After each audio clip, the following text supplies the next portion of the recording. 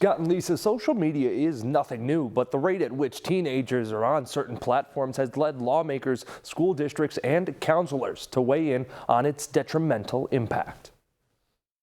Whether it's scrolling to find a video or double tapping to leave a like, social media platforms like YouTube and TikTok, according to recent surveys, are the go-to social media services for teenagers.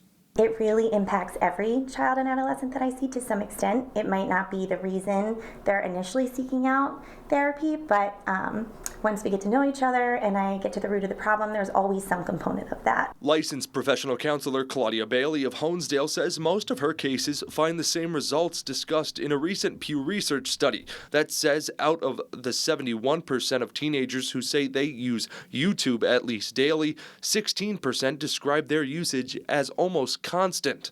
A slightly larger group, 17%, said they used TikTok in the same capacity.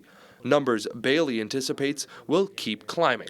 When I look at the numbers, I am not surprised because I think it's just become the norm. And it's almost become a sense of safety for some of these kids. They kind of check out and constantly are scrolling on their phones. Lawmakers and even local school districts have looked to slow the roll of social media. Back in August, several districts in Luzerne County filed separate federal lawsuits against Facebook, Google, TikTok, and others, arguing that these social media companies know their sites are highly addictive, but still profit off of young people who use them.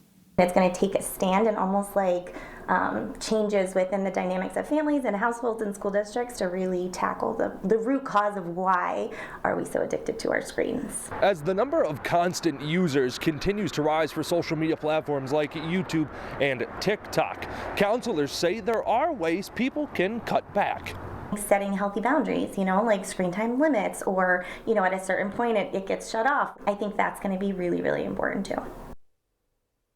Counselor Bailey says not all social media is bad when used in moderation. One of the best ways to combat overusage, she says, starts with parents, guardians, and even teachers leading by example and setting rules for kids that they will follow themselves.